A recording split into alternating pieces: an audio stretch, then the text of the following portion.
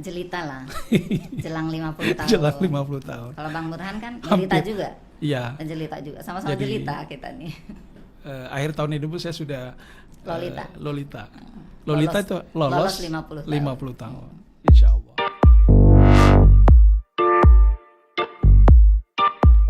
Nama Ibu kan munculnya belakangan nih kan. Iya. Dari PKS itu kan pertama muncul nama teman-teman yang lain. Iya. Tiba-tiba muncul nama Bu Suryani dan tiba-tiba langsung ngegas gitu Bu. Itu tiba-tiba semua ya. Ya tiba-tiba semua. Calon tiba-tiba. Calon tiba-tiba. Tapi pasangan ini udah confirm Bu ya? Confirm fix secara resmi legal belum. Tapi Ya, secara karena kita umum menunggu apa SK dari DPP PKS. DPP PKS. Nah Ibu ini sekarang kan anggota DPRD Provinsi Kepulauan Riau. Tuh. Pernah 4 bareng juga kan? Ya? Pernah bareng juga. Oh iya pernah bareng sebentar. 7 Tapi kan bulan. Ibu lebih lama. Saya paling hanya 7 bulan Bu. Lumayan lah. Lumayan. Ada CV-nya. Tapi paling tidak Bu pernah juga lah ikut perjalanan. Iya. Perjalanan dinas. Pernah Bu. bareng juga kan? Bareng Pansus. juga. Dalam pansus.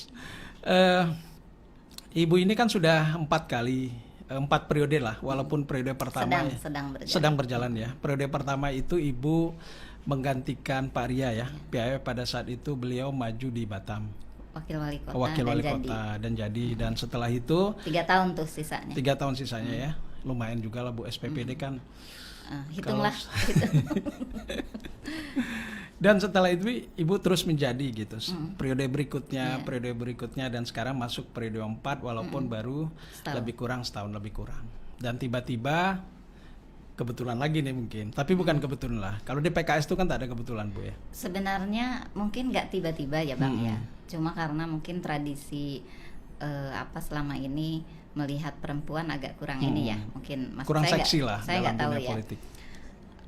Kalau nama saya di pencalonan untuk kepala daerah ini, Pilkada Kepri maupun Batam, masuk di 5 besar, bahkan di 3 besar dari yang pemilihan raya di internal kader PKS.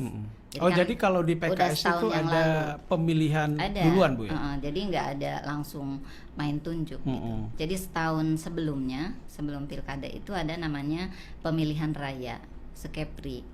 Jadi dia untuk pilkada kabupaten kota, pilkada Kepri provinsi. Di seluruh Indonesia begitu. Jadi memang itu standar PKS ya? Standarnya seperti itu. Jadi yang muncul nama saya tertinggi kalau tidak salah. Itu ada Pak Iskandar Shah, ada Pak Raden Hari, ada Pak Hanafi Ekra. Dan mungkin Bang Burhan bisa baca lah di jejak digital, sejak awal diumumkan 4 nama itu. Tuh, sejak awal. Berarti Ibu ini pemenang dalam pemilihan raya di PKS. Saya kurang tahu jumlahnya ya. Tapi diurut nomor 1. Pokoknya 3 besar masuk gitu. Saya nggak tahu nomor 1 apa nomor, saya nggak nanya-nanya. Dan dalam dalam pemilu kemarin Ibu kan dapat mengantongi lebih kurang 15.000 suara. 15.300. 330 kalau tidak salah. Dan itu kan 5 besar perolehan suara terbesar di Batam. 2 besar di dapil saya. Di dapil Ibu 2 besar. Pak Jumaga yang di atas saya. Yang nomor 1 ya. Sehingga Ibu bisa membawa satu teman untuk duduk di Provinsi Kepulauan Riau. Nah, bagi seorang wanita ini kan prestasi yang luar biasa Bu ya. Artinya ada juga mungkin politisi wanita yang meraup suara besar. Tapi kan tentu ada nama suami besar di belakangnya Ibu. Suami saya besar badannya. Artinya Ibu nih sekarang kan berjuang dengan kekuatan sendiri, dengan profil Bu Suryani sendiri, tanpa ada embel-embel nama besar suami di belakang. Gitu. Nah, kenapa Ibu terjun ke dunia politik?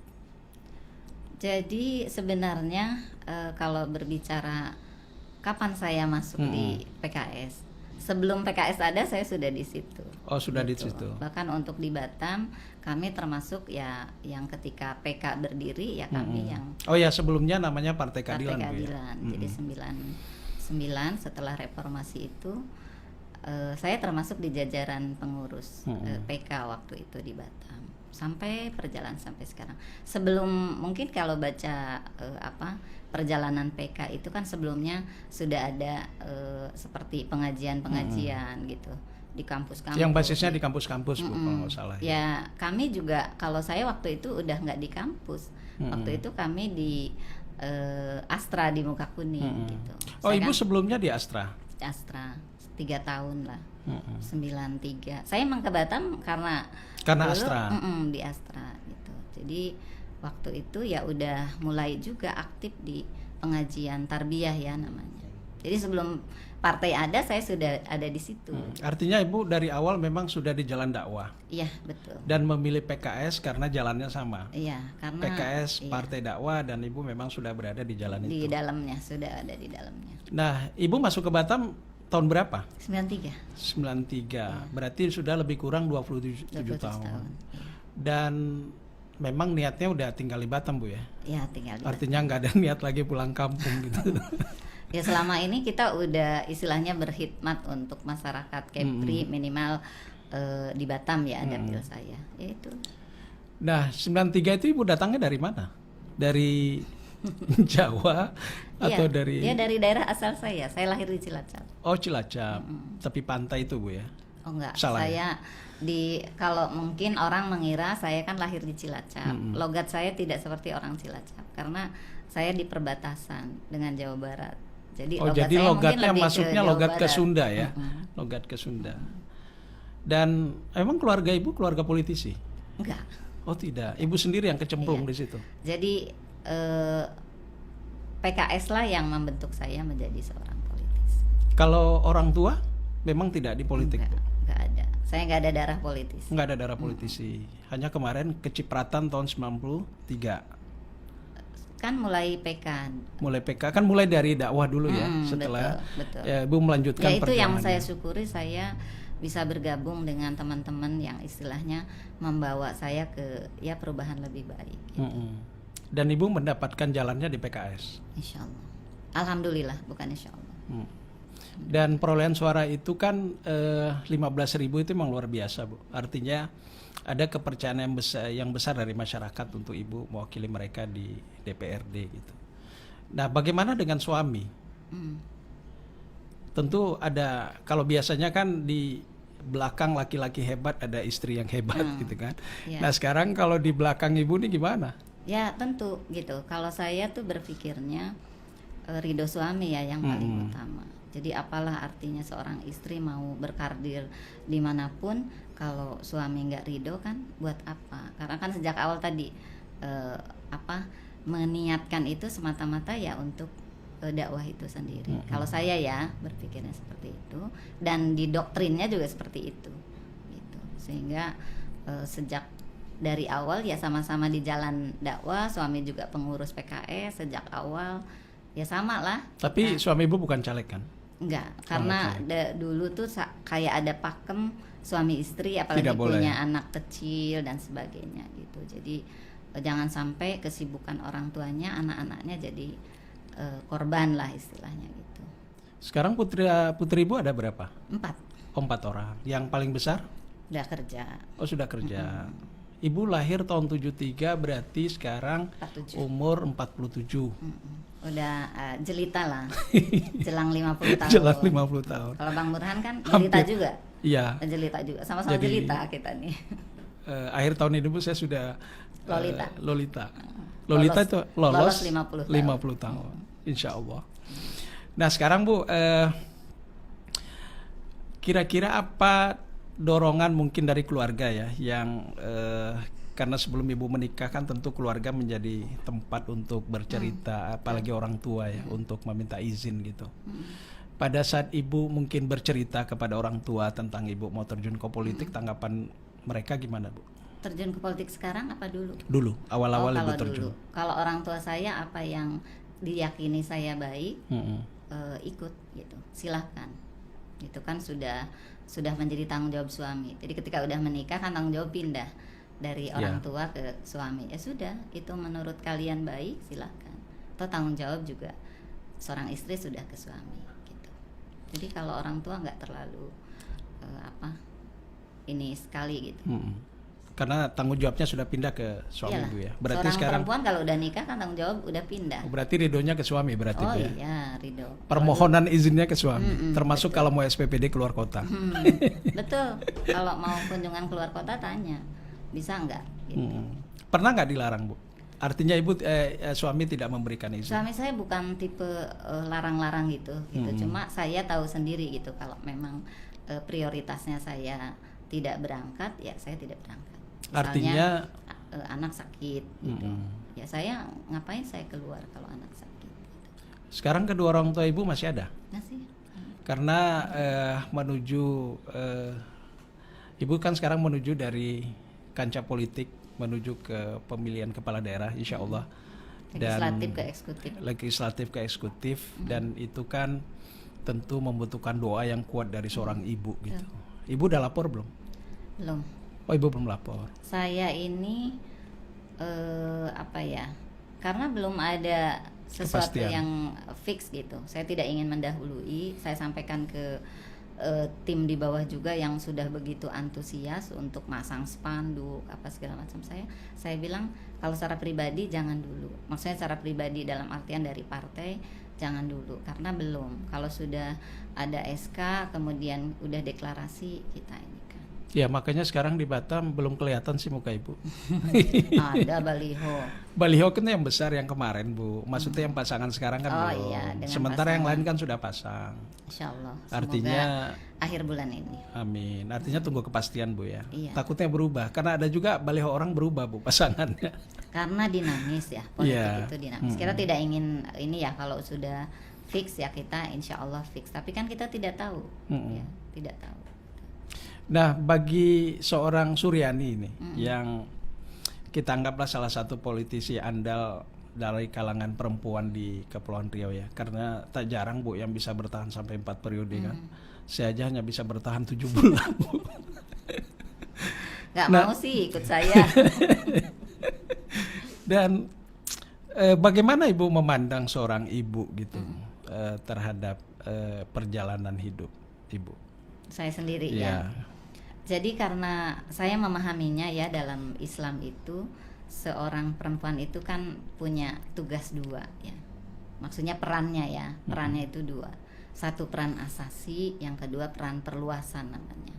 Karena kebetulan juga Bang Burhan saya ini di DPW memegang ketua bidang perempuan dan ketahanan keluarga gitu. Jadi Kepri saya yang bertanggung jawab di PKS. Jadi peran asasi perempuan yaitu tadi istri dulu ya, sebagai seorang istri, sebagai seorang ibu, sebagai seorang anak gitu. Karena masih kita anak orang tua, kita anak mertua juga gitu. Jadi itu nggak boleh mau jadi apapun, mau jadi presiden sekalipun, peran itu jangan Jangan hilang. jangan ditinggalkan lah gitu, jangan ditinggalkan. Mungkin porsinya nanti agak Berkurang ada. lah. Pasti itu pasti gitu, berbeda ketika mungkin saya di rumah saja pasti berbeda, mungkin lebih banyak di peran istri. Kemudian peran perluasan saya memahaminya tadi peran di masyarakat, baik itu peran politik, karir dia dan sebagainya. Nah ini tetap bisa berjalan selama peran asasinya juga kuat gitu.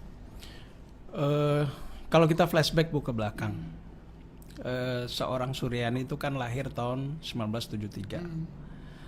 Nah, bagaimana lebih dominan dididik sama ibu apa sama bapak? Sama bapak. Sama bapak. Apa kesan ibu terhadap bapak? Kalau bapak saya kan petani ya, petani. Kalau di kampung tuh petani punya sawah, tapi dia yang bukan garap gitu. Ya, oh, bukan punya lahan sawah. Punya lahan sawah gitu kan, di sana rata-rata petani begitu. Tapi ada yang penggarapnya kan, biasanya ada gitu. penggarap Iya. sawah. Beliau itu sangat peduli pendidikan gitu, ayah saya ya. Maksudnya walaupun secara mungkin pendidikan zaman baheula kan SR gitu ya, tapi beliau peduli gitu. Pokoknya kalau saya dulu sekolah mulai dari SD kan deket rumah ya, SMP agak jauh. Pokoknya pedulilah bapak saya gitu. Walaupun mungkin tidak bisa ngajari ya dan sebagainya. Kalau ibu? Ibu ya ibu rumah tangga gitu, full ibu rumah tangga. Beliau sebagai ibu ya lebih dominan yang urusan domestiknya gitu. Kapan Ibu bertemu terakhir dengan Ibu? Tahun lalu. Oh, tahun lalu. Sebelum COVID. Oh, sebelum COVID. COVID. Harusnya pas Lebaran ini saya pulang juga. Saya relatif sering pulang. Pas misalnya kunker juga nyempatin. Kalau kunker kan bisa 2 Bu. Kalau kunker di Jawa Barat bisa singgah atau kunker di. Saya kadang kalau di rumah mertua, ya saya nginep di rumah mertua. Kalau kunker ke Bandung gitu. Pokoknya saya sempatkan lah melihat mereka. Iya, kalau ada keluarga di wilayah kunker kita memang juga asik juga Bu. 30% soalnya. Tahu aja. Pengalaman sebentar Bu. Luar biasa. Luar biasa. Nah dari adik beradik Ibu lah misalnya, itu ada berapa orang Bu? Kami bertiga. Perempuan semua. Ibu yang nomor? 2. Ibu nomor 2. Nah dari 3 itu nggak ada yang terjun ke politik? Nggak ada.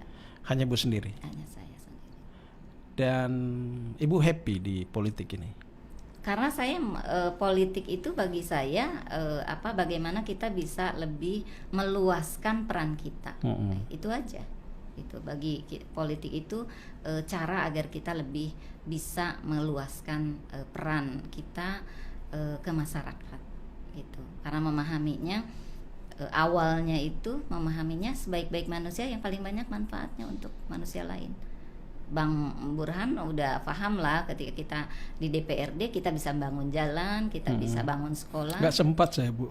Ya paham lah itu dengan tupoksi DPRD yang bisa anggaran dan sebagainya. Itu bagi saya itu aja.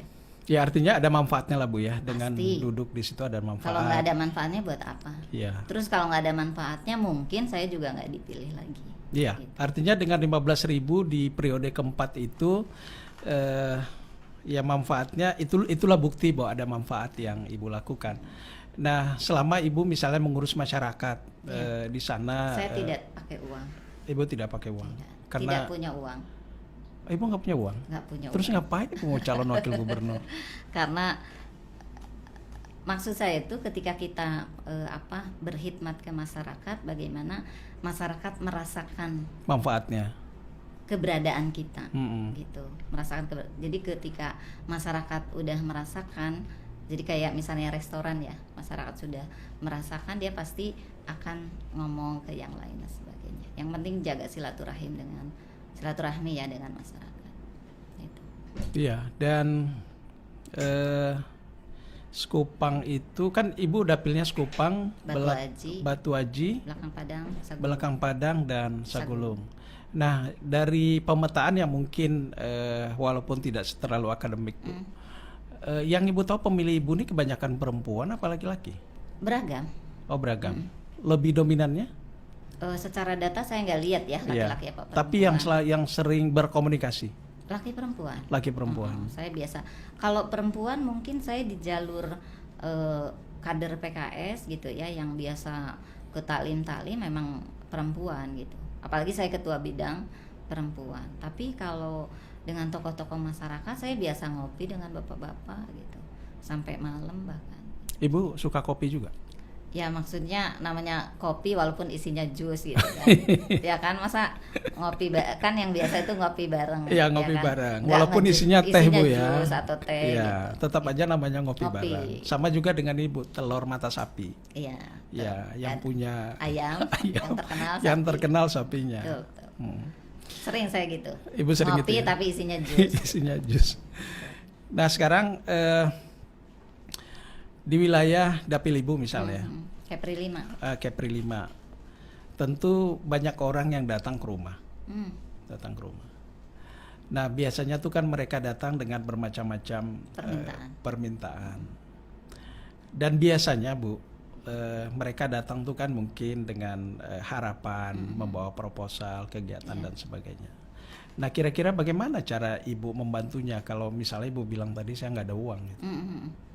Jadi kalau saya mungkin tidak seperti politisi lainnya yang begitu banyak orang ke rumah, saya lebih suka mendatangi mereka. Oh, Ibu yang datang ke mereka. Baik itu reses ataupun agenda-agenda lain. Kalau reses kan 4 bulan sekali ya. Kalau agenda-agenda lain, karena saya juga masih mengisi majelis taklim, mengisi seminar gitu ya. Jadi Ibu nih ustazah juga? Insya ya begitu. Ya begitulah kira-kira. PKS juga yang membentuk saya seperti itu. Oh iya, karena memang teman-teman di PKS kemarin saya satu komisi sama Pak Nafi. Beliau juga dipanggilnya Ustadz, Bu. Jadi kemarin ditawarin masuk PKS aja, aduh nggak kuat saya nih. Apanya nggak kuat? Nggak kuat jadi Ustadznya itu, Bu. Enggak lah, di PKS itu bukan ustadz, cuma mungkin panggilannya. Oh, panggilan. Kan guru gitu ustadz. Tapi di PKS beragam kok. Iya, karena di PKS itu, Bu, pada saat ada yang pakai anting juga. Oh, ada juga yang pakai anting. Ya, tapi kan yang ngerokok ada juga. Ada juga. Apalagi di Jawa Timur kan yang basis. Ya, pabrik rokok. Pabrik rokok. Kalau nggak ngerokok malah nggak dipilih orang, Bu. Ya, jadi beragam lah. PKS kan di ADART-nya juga warga negara Indonesia. Oh iya. Warga negara Indonesia. Karena nggak orang juga melihat nggak disebut Muslim. Maksudnya yang bisa jadi anggota PKS. Iya, tapi terframing itu kan PKS itu adalah partai Islam dan partai dakwah. Itu Betul. yang terframing oleh publik gitu. Nah, buktinya di Papua ketua ini DPD-nya yang Papua yang memang di situ mayoritasnya hampir 100% bukan, memang Kristen, ketua DPD-nya Kristen. Gitu. Dan jadi sekarang terbuka. nggak ada masalah, Bu, ya? Nggak ada masalah. Artinya siapapun boleh milih Bu Suryani nanti gitu. Boleh. Ada yang istilahnya simpatisan di Sagulung tuh Nasrani ada. Tapi emang nggak dominan ya, karena pasti mereka memilih yang calon mereka juga.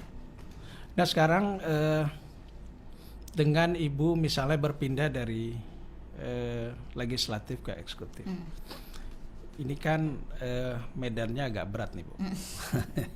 Kalau Ibu di DPRD itu kan ada 45 orang, Bu. Betul. Tapi kalau di wakil gubernur itu hanya 1 orang, Bu. Nah, secara mental Ibu siap? Mental. Kalau mental. Kalau mental. Mental itu apa ya? Beda dengan mental. Ya, secara mental ya harus disiapkan. Harus siap. Ya, insya Allah.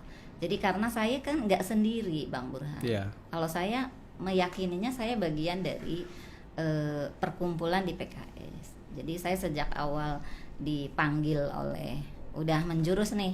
Kalau kemarin kan udah masih 4 nama gitu. Pas kemarin udah dipanggil sama suami, saya bilang saya jangan dilempar gitu. Jadi DPW membentuk tim sendiri, tim untuk membackup dari berbagai bidang. Gitu. Jadi yang maju nih bukan Suryani sebenarnya. Iya. Kalau tapi saya apa? Ibu Saya kan ini anggota bukan dewan. apa-apa. Loh, Ibu 4 periode loh, Bu. Betul. Saya nggak kuat loh, Bu. 4 kalau periode. saya memahami diri saya di PKS nih, saya bukan apa-apa tanpa struktur PKS, tanpa kader. Tanpa jadi sekarang yang maju masyarakat. berjuang ini adalah bukan Suryani tapi adalah PKS yang maju. Kecuali saya independen. Kecuali Bu independen. Saya kan diusung sama PKS. Jadi saya membawa gerbong PKS. Kemarin juga disampaikan ke Pak Isdianto ketika ketemu Presiden PKS, Bapak mau dipasangkan kalau jadi bukan dengan seorang Suryani, tapi dengan keluarga besar PKS. Dan Pak Isdianto oke, memahami itu. Udah jelasin sama Presiden PKS. Ya karena kemarin Bu kita sempat ngobrol-ngobrol karena Ibu mungkin di wilayah Sekupang mungkin Bu Suryani orang kenal lah, Bu, ya. Tapi di luar Batam mungkin di luar kalangan PKS belum dikenal. Nah, artinya kan seorang calon tuh harus dikenal. Tuh. Artinya makanya sekarang saya ngundang Ibu nih untuk ngobrol-ngobrol. Biar dikenal ya. Ya, dikenal karena kita butuh pemimpin yang baik, Bu. Karena kalau pemimpinnya tidak baik, masyarakat juga yang kena persoalan. Artinya dengan modal Ibu sudah menjadi anggota legislatif gitu ya. Kebalik enggak sih? Maksudnya, pemimpin baik, masyarakat baik. Apa masyarakat yang melahirkan pemimpin yang baik? Karena masyarakat tuh banyak, Bu. Makanya sekarang kita coba dulu yang dari dikit nih. Karena kan dikit itu paling 3 calon, Bu, ya. Kalau 3 calon itu insya Allah baik, Bu. Kebijakannya akan 4 ya? Belum. Belum tahu, Bu. Yang pasti yang keempat itu bukan saya, Bu. Jadi kami punya kewajiban nih menyampaikan kepada publik, masyarakat Kepri bahwa Bu Suryani ini calon wakil gubernur berpasangan dengan Pak Isdianto. Jadi inilah beliau gitu, dengan suara Ibu lembut soalnya. Tapi dengan 4 periode itu kerjanya mungkin. Saya garang loh. Ibu garang. Ya? Menurut siapa, Bu? Menurut saya. Menurut saya. Ya kalau misalnya ada sesuatu yang kemudian bertentangan dengan keadilan dan sebagainya, pasti ya enggak, inilah kita harus kalau perlu marah. Ibu pernah marah? Marahlah. Marah Pada terbesar. tempatnya. Iya, marah terbesar Ibu tuh pada Ketika agama pada saat diinjak-injak. Oke. Ketika saudara kita dizolimi. Seperti di Uighur, dimanapun. Palestina. Di mana ada kalimat la ilaha illallah, di situ kita. Nafasnya di situ Bu ya. Iya, begitu. Artinya kita sebagai, kata Kanjeng Nabi, barang siapa tidak peduli kepada golongan orang lain, umatku, maka dia bukan golonganku. Jadi salah satu dasar pijakannya itu. Salah satu, ya kita harus, maksudnya walaupun kita warga negara Indonesia, ada saudara kita yang membutuhkan bantuan. Betul, gitu. Nah, itu juga sebabnya akhirnya Ibu sering jalan-jalan malam. Ya paling tidak kan mengunjungi yang membutuhkan. Karena memang kalau mereka datang ke rumah, nah sekarang kan Ibu polanya terbalik. Ibu yang datang mengunjungi mereka ke rumah. Dan yang itu datang bisa ke sampai rumah malam. juga bisa pas maghrib, pas isya, pagi, Kalau kayak keluar, tadi pagi-pagi. Kalau ya tadi pagi waktu kita agak molor Bu ya, karena ada yang datang ke rumah dan saya paham sebagai anggota dewan Ibu harus membuka pintu. Betul. Nah sekarang kalau seandainya Ibu keluar itu biasanya pernah sampai jam berapa Bu? Jam 1. Jam 1 malam. Bahkan bisa lebih ketika musim kampanye. Karena ada berbagai. Kalau tidak musim kampanye, kalau kampanye biasa Bu, karena Iya. kampanye kan waktu calon tuh 24 jam untuk pemilih sebenarnya. Nah menjadi persoalan itu kan pada saat sudah jadi. Kalau biasa ya sampai jam 12 maksimal. Jam 12 maksimal. Iya. Nah Ibu yang pernah Ibu temui persoalan apa yang paling berat? Ya, Polexos Budhankam ya. Oh, lengkap ya. Tapi kalau sekarang yang ini paling kalau masyarakat ya lebih kepada ekonomi, kesehatan gitu. Dan Ibu selalu memberikan solusi untuk itu. Sebisa mungkin ya. Ya maksudnya tadi yang ditanya gimana cara menjawabnya itu, ya yang sifatnya saya bilang kalau perlu yang ratusan juta saya tidak bisa dari kantong saya. Tapi kalau menikahkan anak di kantong Ibu melahirkan, batasnya berapa Bu? batasnya Enggak, kalau ratusan juta kan nggak bisa Bu. Tapi kalau ya kan menikahkan, nggak mungkin bantu satu RW misalnya 100 juta, 200 juta, tempat lain nanti iri. Berarti harus dibagi Bu ya. Dan itu diambil dari pokok-pokok pikiran. Iya, betul. Kan kita ada fungsinya di situ. Dan itu setiap tahun Ibu sebarkan. Iya, itu. Lebih banyak membangun fasilitas. Imbang saja antara masjid, pendidikan, infrastruktur, imbang aja. Baik Bu, ini episode pertama kita dan saya berharap Ibu nanti datang lagi kalau kami undang. Insya Allah. Dan kali ini kita memperkenalkan Bu Suryani, walaupun masih dangkal Ibu bincang-bincang kita. Iya, jadi nanti kita akan perdalam, tapi inilah Suryani. Iya. Setajam silet kalau setajam diperdalam silet. ya. Baik, terima kasih Bu sudah datang di studio kami. Sampai Sama-sama, bertemu, Bang. sehat selalu dan semoga tetap istiqamah di jalan dakwah. Amin. Sampai ketemu, tetap semangat. Assalamualaikum warahmatullahi wabarakatuh. Waalaikumsalam.